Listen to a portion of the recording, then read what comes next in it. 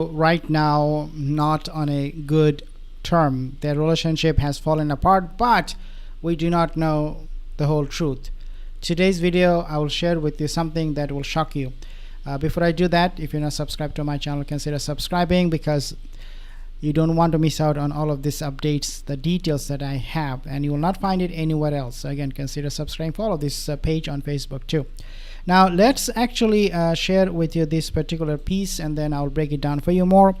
Royal experts provide a critical analysis of Oprah Winfrey's 21 interview with the Harkles, reflecting on how public professional perception of that event has changed 5 years later. I mean, it has not changed. It has actually turned upside down. It is completely the opposite at the moment. Let me tell you what is that. Analysts examine whether Oprah is subtly distancing herself from the interview and the couple. Okay, so one thing for sure, she is not happy with what she did, but that should not justify that interview. We know, is a very famous, popular, top person when it comes to interviewing people. So for Oprah Winfrey to make that kind of mistake and just go along with whatever the Duchess of Dishsoap was spewing out is never acceptable. So no amount of apology, no amount of saying that yeah, it was a mistake would cut it. Okay, it's just not acceptable at all. But then obviously things have changed quite a bit. Analysts examine whether she is subtly distancing herself from the interview and the couple. Now, royal commentators visit the moment that Duchess of Dishsoap discussed being silenced, quote unquote, and it was in regards to talking about women's right, not about the palace. It was about women's right. But even in that, Oprah said, oh, I just had to clarify with the Duchess of Dishsoap, what she really meant, as if that's the only thing she had to clarify. There were so many things she could have asked question to the Duchess of Dishsoap, but she did not. She just went along with it, highlighting that Oprah did not press for details, which the host argues damaged Oprah's journalistic reputation. So the host basically means there was a conversation going on online, and they have argued that the damaged journalistic reputation of Oprah is now irreparable. The analysis covers the claims that have been made about Archie's title and allegations of racism within the royal family, noting that these were left vague and without evidence at the time.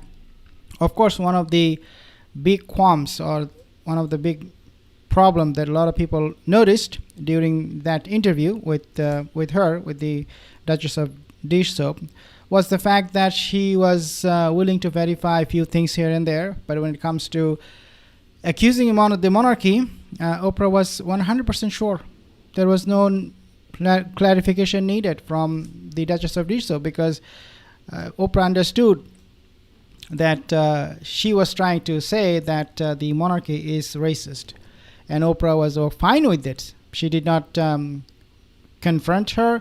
She did not challenge her. What kind of evidence do you have? You're just spewing out some lies. She did not challenge at all, and the interview went on. So there are moments where she was looking for or seeking clarification, but for the most part, when it came to smearing the monarchy, Oprah did not seek clarification from Meghan Markle. We know that. Now, royal commentators point out that Oprah has publicly defended the interview, and in recent reflections for Vanity Fair, appeared uncomfortable when presented with clips from the 21 broadcast. Why would you have to be shown that kind of clip for you to remember what you have done during that interview? Oprah knew everything. She did not have to see the clip.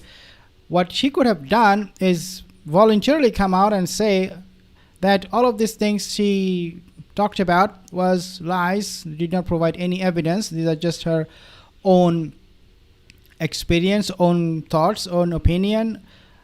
No anecdote, nothing to it.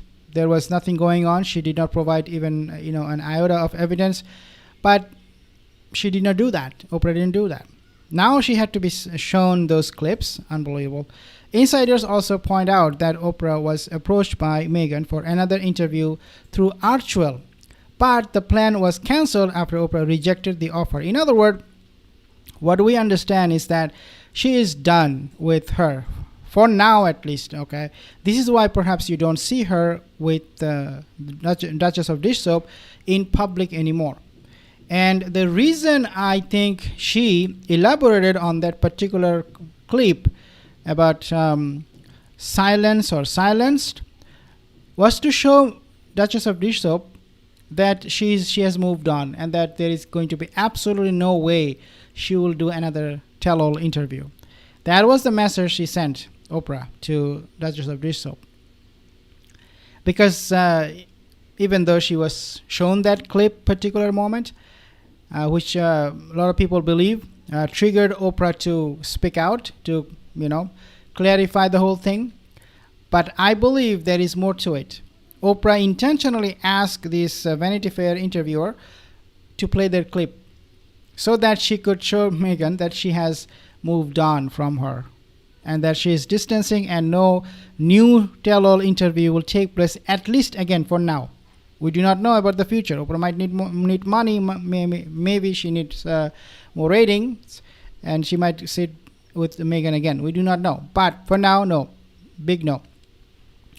Royal commentators discuss the current status of the Harkles, including their professional challenges like the cancellation of Meghan's projects at Netflix and Spotify, and their attempts to maintain relevance, contrasting them with the royal family's public image. There is really no comparison. There should not be any contrasting of anything with the royal family, because they are royal, she is not. Period. So I don't really buy this kind of stories where they say, oh, we are just comparing and contrasting with the royal family and Meghan Markle. There is no comparison, especially with Princess of Wales Catherine. Take a listen at this particular commentary from Angela Levin a little bit.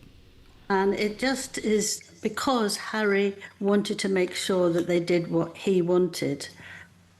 Terrible. He said after the court case it was an absolute whitewash. He's got his fingers burnt again, another bad decision. And I like the point you make. There are unscrupulous journalists, I'm pretty sure, in many places across the world. But a lot of these journalists who were doing their job were persecuted for doing their job. And Harry always strikes me as one of those people who feels that because of his position and the privilege that's supposed to come with it, that he can almost use that to get away with things. And it, to me, is just another example, Andrew, of the truth coming and biting him on the backside. I bet the Montecito madam's not happy about the bill. I mean, they're skint anyway, aren't they? No, they are not happy. And also, yes, Harry is getting away with a lot of this stupid nonsense stuff that he's doing because he's getting some kind of help from the palace. It is time that William takes over and stops this guy and his wife once and for all. I have some comments here. Thank you so much for your comments. Leave a comment in the comment section. I will see you in the next video.